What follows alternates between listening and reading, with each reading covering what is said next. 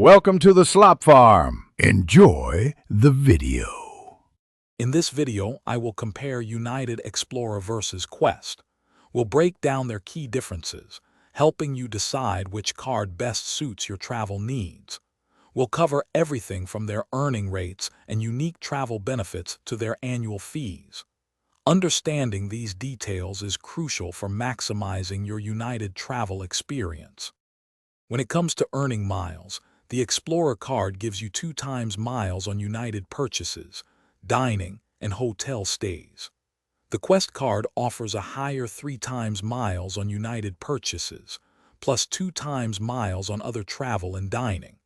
Both cards also provide a valuable free first checked bag for you and a companion, saving you money on every trip. Let's talk about the costs and unique perks. The Explorer card has an annual fee of $150, making it a solid option for many travelers. The Quest card, with its $350 annual fee, offers more premium benefits.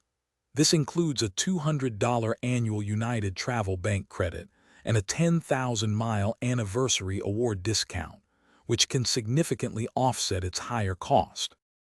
So, which card is the best fit for your travel style?